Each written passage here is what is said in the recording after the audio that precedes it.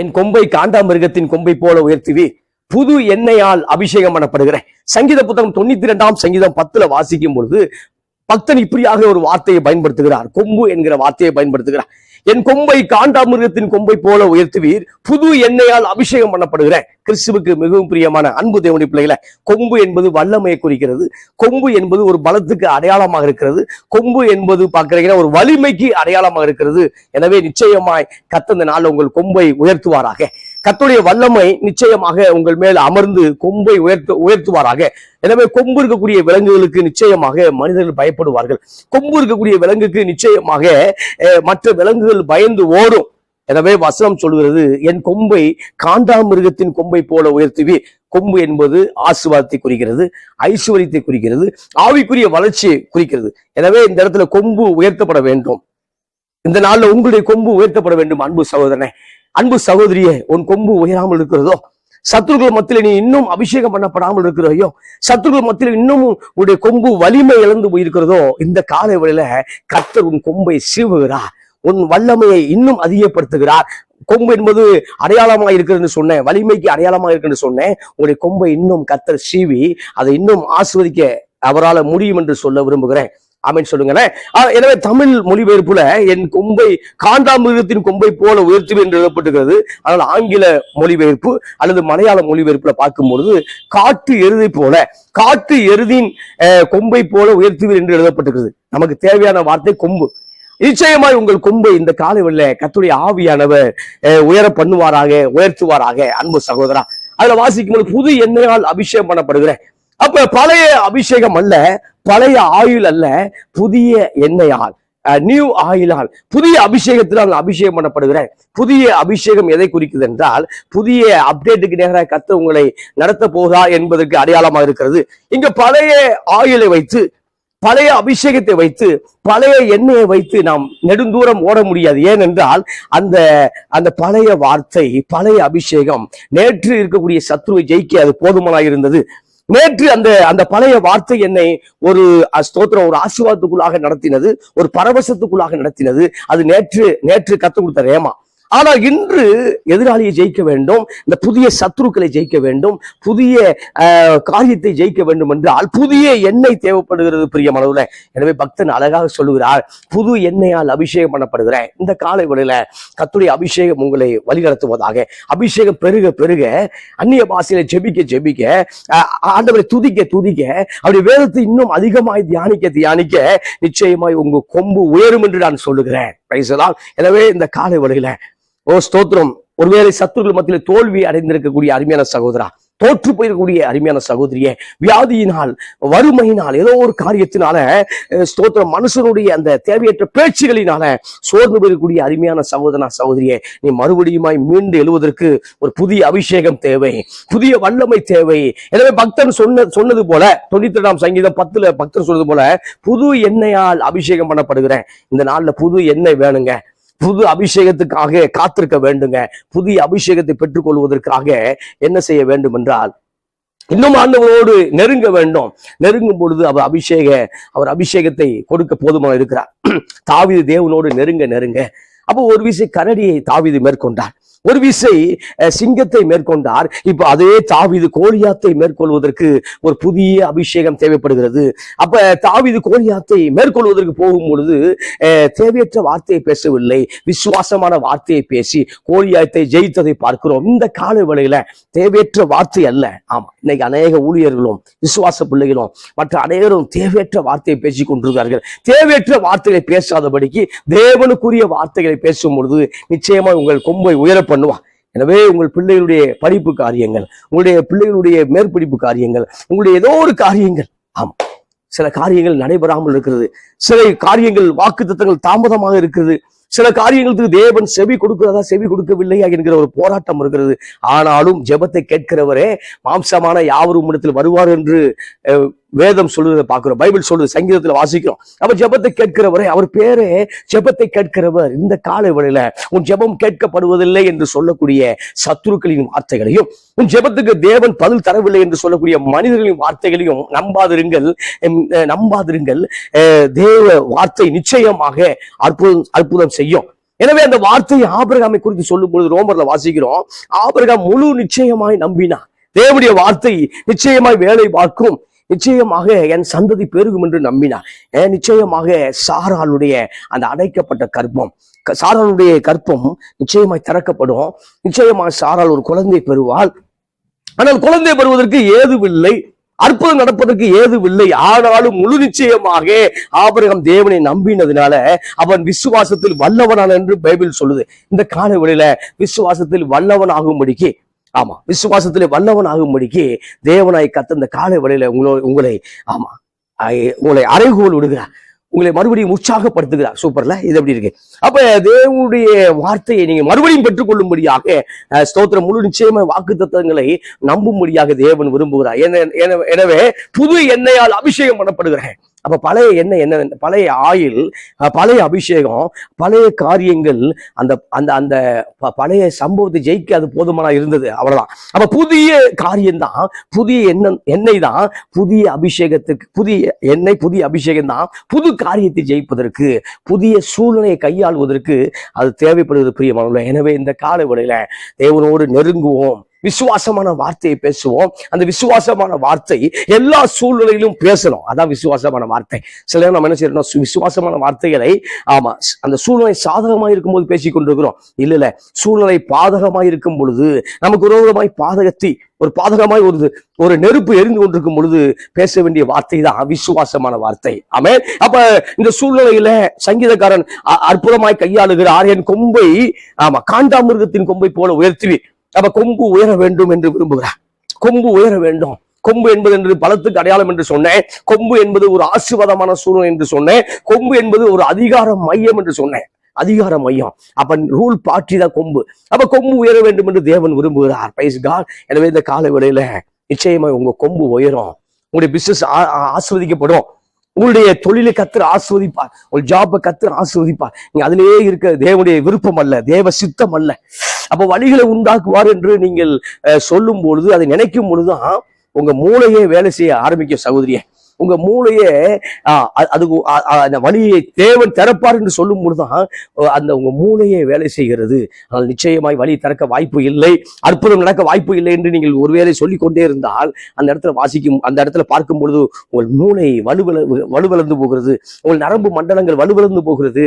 ஆனால் கர்த்தரின் நிச்சயமா ஜெபத்தை கேட்பார், கர்த்தர் அற்புதத்தை செய்வார் என்று சொல்லும் பொழுது வழிகளை மூளை யோசிக்க ஆரம்பிக்கிறது, தேவனுடைய வார்த்தை உங்களுக்குள்ளே வேலை செய்ய ஆரம்பிக்கிறது. எனவே நீங்கள் ஆசீர்வாதமான சூழ்நிலைக்கு வர வேண்டும் என்றால் வழி உண்டாகும். ஆமா, வழி இதுவே என்று கூப்பிட்டு சொல்லக்கூடிய தேவனுடைய சத்தம் உண்டாகும். அப்ப வழி இதுவே, ஆமா, வலதுபுறமாய் நடங்க, இடதுபுறமாய் நடங்க என்று சொல்லக்கூடிய தேவனுடைய சத்தம் நாம் கேட்க வேண்டும் என்றால் தேவ சமூகத்துல கொம்பை உயர்த்து தேவனே என்று சொல்லி ஆமா விசுவாசிக்க வேண்டும். விசுவாசிக்கும் போது கர்த்தர் நம்மை ஆசீர்வதிக்க அவர் போதுமாக இருக்கிறார். அதை வாசிக்கும் பொழுது சங்கீத புத்தகம் 75 சங்கீதத்துல 10 வாசிக்கும் பொழுது, துன்மார்க்கனுடைய கொம்புகள் எல்லாம் வெட்டி போடுவேன், நீதிமானுடைய கொம்போ உயர்த்தப்படும். அப்ப துன்மார்க்கருக்கு ஒரு கொம்பு இருக்கிறது என்று சொல்லப்படுது பாக்குறோம். ஆமா, துன்மார்க்கருக்கு, ஆமா, துன்மார்க்க அரசியல் தலைவர்களுக்கு, துன்மார்க்க தொழில் அதிபர்களுக்கு, துன்மார்க்க கூடிய ஏதோ ஒரு மனிதர்களுக்கு கொம்பு இருக்கிறது. ஆமா, அதான் உனக்கு 2 கொம்பு முளைச்சிச்சேன்னு கேட்கறாங்கல்ல. ஆமா, ஏதோ ஒரு காரியத்தை சொல்லும் பொழுது சில மனிதர்கள் சில காரியத்தை ஏற்றுக்கொள்வதில்லை. அந்த கருத்து யுத்தம் வரும்பொழுது அதை ஏற்றுக்கொள்வதில்லை. ஏற்றுக்கொள்வதற்கு பதிலாக ஆமா உனக்கு 2 கொம்பு முளைச்சிருச்சா அப்படிங்கிறாங்க. அப்ப கொம்பு என்பது அதிகாரத்தை குறிக்கிறது. கொம்பு என்பது ஸ்தோத்திரம், அது ஆணவத்துக்காய் பயன்படுத்தக்கூடிய வார்த்தை அல்ல. ஆமா, கொம்பு முளைச்சிருச்சாங்க ஆணவத்துக்காய் சொல்லக்கூடிய வார்த்தை அல்ல, அது அதிகார மையத்துக்காய் சொல்லக்கூடிய வார்த்தை. சூப்பர்ல. அப்ப சொல்லும் போது துன்மார்க்கருடைய கொம்புகளை அவன் வெட்டி போடுவேன். அப்ப துன்மார்க்கனுக்கு கொம்பு இருக்குன்னு பைபிள் சொல்லுது. அப்ப துன்மார்க்கனுடைய கொம்பை நீ வெட்டி போட்டாதான் ஆமா உன் கொம்பு இன்னும் உயர முடியும். அப்பனா அவங்களும் முட்டி தள்ளக்கூடிய வல்லமையோடு வருவார்கள். ஆனாலும் கர்த்தருடைய ஆவியான உனக்குள்ள இருக்கிறதுனால நிச்சயமா ஜெயிக்கக்கூடிய சூழ்நிலையை உண்டாக்குவா. அப்ப இந்த இடத்துல பக்தன் தாவீது சொல்லும் பொழுது, நீதிமானுடைய கொம்புகளோ ஆமா உயர்த்தப்படும். நீதிமான் என்பது இயேசுவின் ரத்தத்தால் கழுவப்பட்ட நீயும் நானும் நீதிமானாக்க இருக்கிறோம். இயேசுவின் ரத்தத்தால் கழுவப்பட்ட நீங்களும் நாங்களும் நீதிமானாக்கப்படுகிறோம். பழைய ஏற்பாடுல வாசிக்கும் பொழுது நீதி செய்கிறவர்கள் நீதிமான்கள். பழைய ஏற்பாடு கற்பனைகளையும் அந்த லாவையும் பின்பற்றக்கூடியவர்கள் நீதிமான்கள் என்னப்பட்டார்கள். புதிய ஏற்பாடுகள் சொல்லும் பொழுது அவர் ரத்தத்தால் கழுவப்பட்டவர்கள், அவர் விசுவாசிக்கிறவர்கள், அவர் விசுவாசிகள் எத்தனை பேர்களோ அத்தனை பேர்கள் பிள்ளைகள் ஆகும்படி அதிகாரம் கொடுத்தார். சூப்பர்ல. அப்ப அந்த காலத்துல உறவுக்கு வெளியில இருந்தோம். இப்ப இயேசுவை ரட்சகரை ஏற்றுக்கொள்ளும் பொழுது இந்த உறவுக்குள்ளாக உள்ள வந்துட்டோம். அப்ப சொல்லும் பொழுது வசனம் சொல்வது நீதிமானுடைய கொம்பு. அப்ப நீதிமான நீங்க தான் பிரதர், நீதிமான் என்பது நீங்க தான் சிஸ்டர். நான் நீதி செய்யலையே. ஆமா, இந்த இடத்துல சொல்லும் பொழுது சிலுவையிலே அவர் செய்து முடித்த நீதியை பற்றி நான் பேசிக் கொண்டிருக்கிறேன். சிலுவையிலே நம்முடைய அக்கிரமங்கள் பாவங்கள் சிலுவையில் வைக்கப்பட்டுகிறது. இயேசுடைய நீதியை பிதா நமக்குள்ள வைத்து விட்டார். இயேசுக்குள்ள இருந்து அதே சமாதானம், இயேசு கிறிஸ்துக்குள்ள இருந்தக்கூடிய அதே ஐஸ்வர்யம் ஆசீர்வாதத்தை நமக்குள்ள வைத்திருக்கிறார். அப்ப சொல்லும் போது 2 கொரிந்தியர்ல சொல்லும் பொழுது அற்புதமான ஒரு வார்த்தை வருகிறது. உங்கள் நிமித்தம் அவர் தரித்திரனாரே, நாம் ஐஸ்வர்யவான்கள் ஆகும்படியாக, நாம் செல்வந்தர்கள் ஆகும்படியாக கர்த்தர் நம் நிமித்தம் தரித்திரனாரே. அப்ப சிலுவையில பார்க்கும் பொழுது சிலுவையில என்ன நடந்துச்சு அப்படின்னா, நம்முடைய தரித்திரம் அங்க சிலுவையில வைக்கப்பட்டுகிறது பிரதர். நம்முடைய வியாதிகள் சிலுவையில வைக்கப்பட்டுகிறது, சிலுவையில நம்முடைய பலகீனங்கள் சிலுவையில் வைக்கப்பட்டுகிறது. அதுக்கு பதிலாக சிலுவையிலிருந்து நம்ம எடுத்துக்கொண்டது என்னன்னா ஆசீர்வாதம், ஆபிரகாமுடைய ஆசீர்வாதம். கலாத்தியர் 3:13-14 வாசிக்கிறோம். அப்ப கலாத்தியர் சொல்லும் பொழுது அந்த சிலுவையில வரக்கூடிய ஆசீர்வாதம், மரத்தில் தூக்கி எறியப்பட்ட எவரும் சபிக்கப்பட்டிருப்பார் என்று எழுதியிருக்கிறபடி கிறிஸ்து நமக்காக சாபமாகி நியாயப்பிரமாணத்தின் சகல விதமான சாபங்களுக்கு நம்ம நீங்களாக்கி மீட்டு கொண்டார் என்று பைபிள் சொல்லுது. அப்ப கலாத்தியர் இருக்கக்கூடிய ஆபிரகாமுடைய ஆசீர்வாதம் சிலுவையிலிருந்து நம்ம பெற்றுக்கொள்கிறோம். அப்ப என் சமாதத்தை உங்களுக்கு வைத்து போகிறேன், அப்ப இயேசுவின் சமாதத்தை பெற்றுக்கொள்கிறோம். அதுக்கப்புறம் பார்க்கும்போது சிலுவையில தேவன் ஏலி ஏலி லாபா தாபக்கனி. அப்ப சிலுவையில ஏன் கைவிட்டு, இப்ப சிலுவையில பாவத்தோடு இயேசு இருக்கும் பொழுது பிதாவால் அந்த இயேசுவை பார்க்க முடியவில்லை. அப்ப அவர் கைவிடப்பட்டது எதுக்காகனா, என்னையும் உங்களையும் கர்த்தர் கைவிடாமல் காப்பதற்காகத்தான் அவர் கைவிடப்பட்டார். Price God. எனவே சிலுவையில ஒரு எக்ஸ்சேஞ்ச் மேலா, ஒரு பண்ட மாற்று முறை சிலுவையில் நடைபெற்றது. ஆமேன் சொல்லுங்களேன். ஆமேன். எனவே இந்த காலை வேளையில, எனவே நீங்கள் நீதிமானா இருக்கிறீங்க. ஆமா, நான் நீதிமான் என்று நீங்க நம்பும் பொழுதுதான் நீங்கள் நீதிமானக்குரிய அடையாளத்தை தரித்து கொள்ள முடியும். ஆமா, நான் பரிசுத்தமா இருக்கிறேன், நான் தேவனுடைய சித்தத்தை செய்து கொண்டிருக்கிறேன், நான் தேவனுடைய ஊழியக்காராக இருக்கிறேன், நான் தேவனுடைய பிள்ளையாக இருக்கிறேன் உணர்வோடு நாம் இருக்கும் பொழுதுதான் பாவத்தை விட்டு நாம் வெளியேறி வர முடியும். எனவே வசனம் வார்த்தை சொல்கிறது, நீதிமானுடைய கொம்புகளோ உயர்த்தப்படும். இந்த காலை வேளையில உங்கள் கொம்பு உயர்த்தப்படும் பிரதர். எங்கெல்லாம் உங்கள் கொம்புகளை வெட்ட வேண்டும் என்று சத்துருக்கள் திரிந்தார்களோ, எங்கெல்லாம் உங்களுடைய கொம்புகளை வெட்டி போட வேண்டும் என்று சத்துருக்கள் அலைந்து கொண்டிருந்தார்களோ, நீங்கள் இந்த காலை வேளையில தீர்க்கதரிசனமாய் கர்த்தருடைய ஆவியானவர் பேசிக் கொண்டிருக்கிறார். உங்களுக்கு விரோதமாக உருவாக்கப்படுகிற எந்த ஆயுதமும் வாய்ப்பதில்லை. நீங்கள் துன்மார்க்குடைய கொம்புகளை வெட்டி வீழ்த்துவீர்கள். உங்களுடைய கொம்பு முளைக்க ஆரம்பிக்கிறது. ஒரு வசனத்தை வாசிக்க விரும்புகிறேன். சங்கீத புத்தகம் 132 சங்கீதம் 17-18 அற்புதமா சொல்லப்பட்டிருக்கு. அங்கே தாவீதுக்காக ஒரு கொம்பை முளைக்க பண்ணுவேன், நான் அபிஷேகம் பண்ணிவித்தவனுக்கு ஒரு விளக்கை ஆயத்த பண்ணினேன், அவன் சத்துருக்களுக்கு வெட்கத்தை உடுத்துவேன், அவன் மீதிலோ அவன் கிரீடத்தை பூக்கும் என்றார். அவன் மீது ஒரு கிரீட பூக்க போகிறது. அங்க பார்க்கும் பொழுது அங்கே தாவீதுக்காக ஒரு கொம்பை முளைக்க பண்ணுவேன். கர்த்தருக்கு பிரியமானவர்களே, கிறிஸ்துவுக்கு மிகவும் பிரியமானவர்களே, கொம்பை முளைக்க பண்ணுகிறார். ஆமா, அப்ப கொம்பு முளைக்கணும். கொம்பு முளைச்சாதான் கொம்பு உயர்த்தப்படணும். சூப்பர்ல. அப்ப கொம்பே இல்லைன்னா கொம்பு உயர்த்துவீர்னா நல்லாவே இருக்காதுல்ல. அப்ப கொம்பு முளைக்கும் பொழுதுதான் அது உயர்த்தப்படுது. கொம்பு முளைக்கும் போது கொம்பு வளர ஆரம்பிக்குது. இங்க சொல்லும் பொழுது இப்ப தாவீதுக்கு ஒரு கொம்பு முளைக்க பண்றாரு. நம்முடைய வாழ்க்கையில பார்க்கும்பொழுது ஆசீர்வாதம்ங்கிற கொம்பு முளைக்கணும், ஐஸ்வர்யம் என்கிற கொம்பு முளைக்கணும், கர்த்தர் என் கூட இருக்கிறார் என்கிற எதிராளிகள் எல்லாம் பார்க்க முடியாத ஒரு கொம்பு முளைக்கணும். அங்க வாசிக்கும் போது 132 சங்கீதம் 17 சொல்லும் போது அற்புதமான ஒரு வார்த்தை, அங்கே தாவீதுக்காக ஒரு கொம்பை முளைக்க பண்ணினேன். எங்க முளைக்க பண்றாருன்னா, உபத்திரத்தின் மத்தியில, பிரச்சனை போராட்டங்கள் மத்தியில, அவமான மத்தியில, வியாதி மத்தியில அங்க தாவீதுக்கு ஒரு கொம்பை முளைக்க பண்ணுகிறார். இந்த காலை வேளையில உங்க சூழ்நிலை எப்படியாக இருந்தாலும் நீங்கள் கவலைப்பட வேண்டாம், கவலைப்பட்டு கலங்க வேண்டாம். நிச்சயமா இன்றைக்கும் கர்த்தர் அற்புதங்களை செய்ய முடியும் என்று நான் உங்களோடு பேசிக் கொண்டிருக்கிறேன். நிச்சயமா இன்றைக்கும் அற்புதத்தோடு கர்த்தர் ஏங்க முடியும். அன்பு சகோதரா, அன்பு சகோதரியே, கர்த்தருடைய அற்புதம் என்றைக்கோ முடிந்து விட்டது என்று நம்பிக்கொண்டிருக்கிறாயா? இன்றைக்கும் கர்த்தர் அற்புதங்களை செய்கிறார். இன்றைக்கும் கர்த்தர் உங்களோடு பேசுகிறார். சூப்பர்ல. அப்ப கிதியோன் சொல்லும் பொழுது, எங்களுடைய பிதாக்கள் சொன்ன அந்த அற்புதம் எங்கே? ஆமா, அவங்க பெரிய செங்கடலை கடந்தார்கள், யோர்தானை கடந்தார்கள், மன்னா என்கிற ஒரு அற்புதமான ஒரு மிராக்கிள் ஃபுட்டை, அற்புதமான உணவை உண்டார்கள் என்று சொல்லக்கூடிய எங்கள் பிதாக்கள் சொன்ன அந்த அற்புதம் எங்கே என்று கிதியோன் கேட்கும் பொழுது, பராக்கிரமசாலியே உனக்கு இருக்கக்கூடிய இந்த பலத்தோடு போ என்று சொல்லி சென்ட பண்றார் ஆண்டவருடைய தூதர்.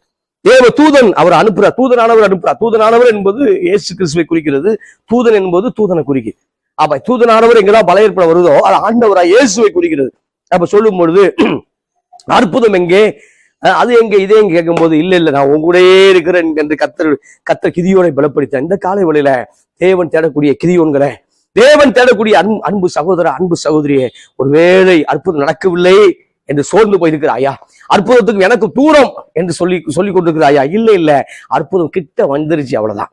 ஆமா, ட்ரெயின் கிட்ட வந்துருச்சு, அற்புதம் கிட்ட வந்துருச்சு, ஸ்டேஷன் கிட்ட வந்துருச்சு, நீ ஏறக்கூடிய அந்த ட்ரெயின் கிட்ட வந்துருச்சு, அற்புதம் கிட்ட வந்துருச்சு. ஆமா, நீ அந்த நேரம் தேவையற்ற வார்த்தை அவிசுவாசமா பேசி அற்புதத்தை மிஸ் பண்ணிடாத. ஆமா, அந்த காரியத்தை மிஸ் பண்ணிடாத. ஆமா, பயண தூரம் அடுத்து வெகு தூரமா போயிடும். அப்ப அந்த கரெக்டா அதுல ஏறுங்க. இங்க சொல்லும் பொழுது அங்கே தாவீதுக்கு ஒரு கொம்பை முளைக்க பண்றேன். எங்க முளைக்க பண்றேன்னா உபத்திரத்தின் மத்தியிலே முளைக்க பண்ணுகிறார். எனவே உபத்திரப்படக்கூடிய சகோதரா, நீ உபத்திரத்திலிருந்து வெளியே வரும்படிய கத்து இந்த காலை உள்ள அற்புதத்தை செய்கிறார். பாவத்திலிருந்து வெளியே வரும்படியா கத்த ஒரு பெரிய அற்புதத்தை செய்கிறார். இச்சையின் ஆவிலிருந்து வெளியே வரும்படியா தேவன் ஒரு பெரிய அற்புதங்களை செய்கிறார். குடி வெறியிலிருந்து வெளியே வரும்படியா தேவன் ஒரு பெரிய அற்புதங்களை செய்கிறார். இப்ப சொல்லும் பொழுது அங்கே ஒரு தாவீதுக்கு ஒரு கொம்பை முளைக்க பண்ணுகிறேன். அதுக்கு வாசிக்கிறேன் சங்கீதம் 132 சங்கீதம் 1 சொல்லும் பொழுது, கர்த்தாவே தாவீதையும் அவனுடைய சகல உபத்திரவத்தையும் நினைத்தருளும். அப்ப தாவீதுக்கு ஒரு உபத்திரம் இருந்துச்சு பிரதர், தாவீதுக்கு ஒரு உபத்திரம் இருந்துச்சு சிஸ்டர். அப்ப சொல்லும் பொழுது சகல உபத்திரவங்களையும் நினைத்தருளும். வீடு இல்லைன்னா உபத்திரம் தான். ஆமா, ஒரு நல்ல வாகனம் இல்லை என்பது உபத்திரம் தான். நல்ல குடும்பம் இல்லைங்கிறது ஒரு உபத்திரம் தான். அப்ப ஸ்தோத்திரம். அப்ப தாவீதுக்கு பல உபத்திரவங்கள் இருந்தது. சவுலு மூலமாய் உபத்திரம். ஆமா, சவுலு மூலமாய் உபத்திரம், பல விதமான உபத்திரங்கள் இருந்தது. ஆனாலும் தேவன் நிச்சயமாய் தாவீதோடு இருந்தார். Praise God. எனவே உலகத்தில் உங்களுக்கு உபத்திரம் உண்டு, ஆனாலும் தடங்கொள்ளுங்கள், நானும் உலகத்தை ஜெயித்தேன். இயேசு சொன்ன ஒரு வார்த்தை, உலகத்தில் உபத்திரம் இருக்கிறது. ஆமா, உபத்திரப்படுத்திக்கிட்டே இருப்பாங்க. ஆமா, இன்னைக்கு ஒரு வாரம் நல்லா போச்சு அப்படின்னா அடுத்த வாரம் உபத்திரப்படுத்துவதற்காக 2 மனிதர்கள் ஆயத்தமாக இருப்பார்கள். ஏன்னா அவங்களுக்கு தூக்கமே வராது. ஆமா, தூக்கமே வராது. ஆமா, சில பேரை உபத்திரப்படுத்தலைன்னா, சில பேரை கஷ்டப்படுத்தலைன்னா, சில காரியத்தை செய்யலைன்னா சில பேர் தூக்கமே வராது.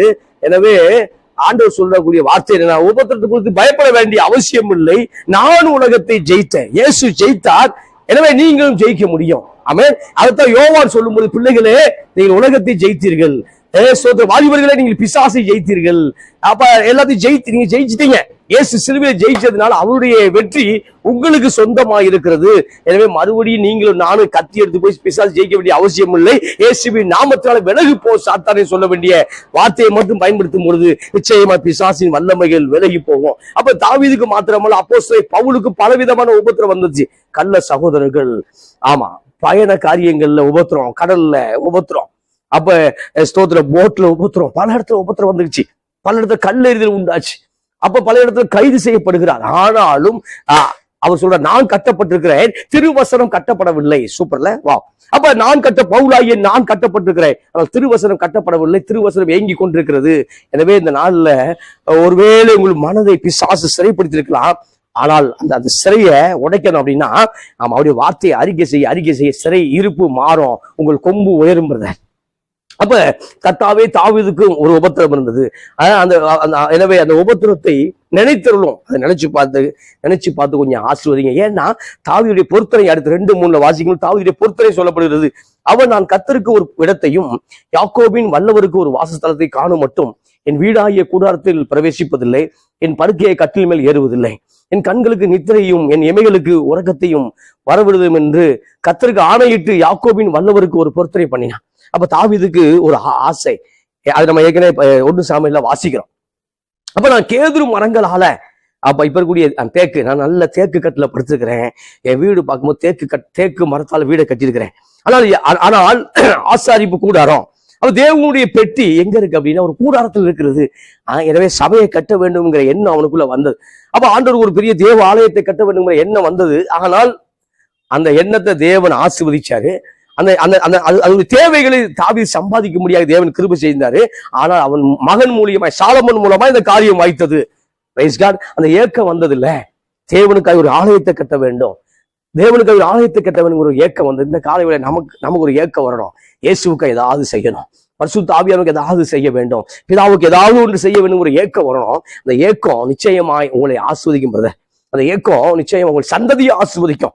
ஆமா, அவர் தாவீதின் குமாரன் எண்ணப்பட்டார். இயேசு தாவீதின் குமாரன் எண்ணப்பட்டார். இந்த நாள்ல உங்களை சந்ததியை கர்த்தர் நிச்சயமா ஆசீர்வதிக்க. இப்ப இதை பொருத்தனம் பண்ணாங்கல்ல, இது என்ன செய்யறாங்க அப்படின்னா 5 இதோ நாம் எப்ராத்தாவிலே அதன் செய்தியை கேட்டு வனத்தின் வெளிகளிலே அதை கண்டோம். அப்ப எப்ராத்துல ஒரு செய்தியை கேட்கிறாங்க. எப்ராத்தா என்னப்பட்ட பெத்லகேமே மீகால வாசிக்கிறோம். அப்ப நீ யூதாவிலே சிறியதா என்னப்பட்டாலும் உன்னை ஆளக்கூடியவர் அங்கிருந்து பெரிய வர்ற, ஆளக்கூடியவர் அங்கிருந்து வர்றாரு, சிறியதான். ஆனா பெத்லகேமே எப்ராத்தா என்னப்பட்ட பழைய பேரு. ஆமா, எப்ராத்தா என்னப்பட்ட பெத்லகேமே. இப்ப எப்ராத்துல ஒரு செய்தி வருகிறது, தாவீது தேவனுடைய ஆலயத்தை கட்ட வேண்டும் என்று துடித்துக் கொண்டிருக்கிறார்.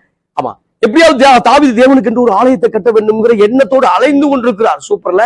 ஆமா, இப்ப எண்ணத்தோடு ஆமா, பழி வாங்குற எண்ணத்தோட சில பேர் அலைந்து கொண்டிருக்கிறார்கள். சில பேர் எப்படியா அவனை நோஸ் கட் பண்ணுங்கிற எண்ணத்தோடு அலைந்து கொண்டிருக்கிறார்கள். அப்ப ஏன் மூட் அவுட் பண்ணல, நான் அவனை மூட் அவுட் பண்ணுங்கிறதுக்காக காத்து கொண்டிருக்கிறார்கள். ஆனால் பழி வாங்குவது கர்த்தருக்குரியது. ஆமென். அப்ப பல பேருக்கு பலவிதமான எண்ணத்தோடு அலைந்து கொண்டிருக்கிறார்கள். ஆனால் தாவீது எப்படியாவது தேவனுக்கு என்று ஒரு ஆலயத்தை கட்ட வேண்டுங்கிற எண்ணத்தோடு விருப்பத்தோடு அலைந்து கொண்டிருக்கும் பொழுது கர்த்தர் இப்ப பாக்குறாரு, தாவீது கொம்பை உயர்த்த பண்ணுவேன், தாவீது கொம்பை முளைக்க பண்ணுவேன் என்று அவர் பேச ஆரம்பிக்கிறார். சூப்பர்ல. அப்ப நாம் தேவனுக்கு ஏதாவது செய்யணுங்கிற எண்ணம் வரும்பொழுது அவர் நமக்கு சில காரியத்தை செஞ்சு முடிச்சிடுறார். அப்ப சொல்லும் பொழுது எப்ராத்துல கேட்டோம், அவருடைய வாசஸ்தலத்துக்கு உள்ள பிரவேசித்து அவர் பாதவடியில பணிவோம். கர்த்தாவே உமது வல்லமை விளங்கும் பெட்டியின் நீர் உமது தாமர ஸ்தலத்தில் எழுந்தருளும். அப்படியே அப்படியே அந்த சங்கீதம் 132 சங்கீதம் ஆசீர்வாதமாக அமைகிறது. அதுல சொல்லும் பொழுது இப்படிப்பட்ட சூழ்நிலை உண்டாகிறது, இப்படிப்பட்ட பிரச்சனைகள் உண்டாகிறது, இப்படிப்பட்ட காரியங்கள் இருக்கும் பொழுதுதான் கர்த்தர் சொன்ன ப்ராபசி 132 சங்கீதம் 17 சொல்லும் பொழுது, அங்கே தாவீதுக்காக ஒரு கொம்பை முளைக்க பண்ணுவேன், நான் அபிஷேகம் பண்ணிவித்ததற்காக ஒரு விளக்கை ஆயத்த பண்ணுவேன். விளக்கு என்பது ரட்சிப்பை குறிக்கிறது. விளக்கு என்பது நான் உலகத்திற்கு விளக்காயிருக்கேன், நான் உலகத்திற்கு வெளிச்சமாயிருக்கிறேன் இயேசு சொன்னாரே. அப்ப நிரந்தரமான வெளிச்சம் இயேசு மாத்திரமே, நிரந்தரமான அந்த ஜோதிமயமான தெய்வம் ஏக இறைவன் அவர் மாத்திரமே. அப்ப அவர் சொல்லும் பொழுது நான் உலகத்துக்கு வெளிச்சமாயிருக்கிறேன், ஒருவன் என்னை பின்பற்றினால் அவன் இருளில் நடக்க மாட்டான் என்று ஆண்டவர் டிக்ளேர் செய்தார். இந்த காலை வேளையில வெளிச்சத்தை தேடி வாங்க சகோதரா, வெளிச்சத்துக்கு தேடி வாங்க. பழைய ஏற்பாட்டில் வாசிக்கும் பொழுது தேவரீர் என் விளக்கை ஏற்றுவீர். இந்த நாள் உங்கள் விளக்கை அவர் ஏற்ற ஆயத்தமா இருக்கிறார். ஆமா, ஸ்தோத்திரம். எண்ணெயை மாத்திரம் நீங்க கொண்டு வாங்க, அவர் விளக்கை ஏற்றுவார். ஆமா, எண்ணெயை மாத்திரம் கொண்டு வாங்க. எண்ணெய் ஆமா பரிசுத்த ஆவியானுக்கு அடையாளமா இருக்கிறது. பரிசுத்த ஆவிகள் நிறைங்க, நிச்சயமாய் கர்த்தருடைய ஆவியார் உங்களுக்கு கொம்பை முளைக்க பண்ணுவார், உங்களுக்கு கொம்பை முளைக்க பண்ணுவார். சத்துருக்கள் கொம்பை வெட்டி போட கர்த்தர் உதவி செய்வார். ஒரு பிசினஸ் ஆசீர்வதிப்பார். ஆமா, உங்க காரியங்களை ஆசீர்வதிப்பார். ஆமா, ஊழியங்களை விரிவாக்குவார். ஆமா, ஸ்தோத்திரம். இன்னும் கர்த்தர் உங்களுக்கு வைத்த வாக்கு தத்தங்கள் நிச்சயமாய் நிறைவேற்றுவார். அருமையான சகோதரியே சகோதரா, உன் வாக்கு தத்தங்களை தேவன் கவனித்து கேட்டு, ஆமா உன் ஜெபத்தை கவனித்து கேட்டு உன் வாக்கு தத்தத்தை எல்லாம் அவர் நிறைவேற்றுவார். அவருக்குள்ள வாக்கு தத்தங்கள் ஆம் என்றும் ஆமேன் என்றும் இருக்கிறது. ஆமா, எஸ் அண்ட் எஸ் தான் இருக்கு, நோனே இல்லை. அப்ப அவருக்கு சொல்லக்கூடிய காரியம் எல்லாம் ஆம் என்றும் ஆமேன் என்றும் இருக்கிறது. இங்க பார்க்கும்போது கொம்பை முளைக்க பண்ணுகிறார். உன் குடும்பத்தில் ஒரு கொம்பை முளைக்க பண்ணுகிறார். கொம்பு என்பது ஒரு பலத்துக்கு அடையாளமா இருக்கிறது. கொம்பு என்பது ஒரு ஆசீர்வாதத்துக்கு அடையாளமாக இருக்கிறது. கொம்பு என்பது வெற்றிக்கு அடையாளமாக இருக்கிறது. எனவே உங்கள் கொம்பை முளைக்க பண்ணுவார். ஆமா, கொம்பு முளைத்திருக்கிறவர்களுக்கு கொம்பை உயர பண்ணுவார். சூப்பர்ல. அப்ப அவர் சொல்லும் பொழுது அவர் சொல்றாரு, ஆண்டவர் சொல்றாரு 132 சங்கீதம் 18 சொல்றாரு, அவன் சத்துருக்களுக்கு வெட்கத்தை உடுத்துவேன், அவன் மீதிலோ அவன் கிரீடம் பூக்கும் என்றார். சத்துருக்களுக்கு வெட்கத்தை உடுத்த போகிறார்.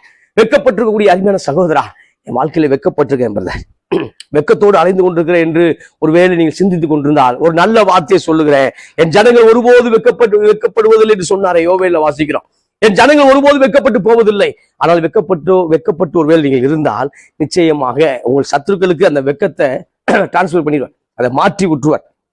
உங்களை யாரெல்லாம் வெட்கப்படுத்தி கொண்டே இருக்கிறார்களோ அந்த பழைய அந்த பார்வோனின் ஆவிகள், எகிப்தின் வல்லமைகள், சன்பலா தொபியாக்கள் வெட்கப்படுத்திக் கொண்டே இருக்கக்கூடியவர்களுக்கு நிச்சயமாய் கர்த்தர் எரேமியாவோடு இருந்தது போல உங்களோடு இருந்து உங்களை ஆஸ்வதிப்பார். உங்கள் சத்துருக்கள் மேலே வெட்கத்தை உடுத்துவேன் என்பது ஒரு ஆடையை போல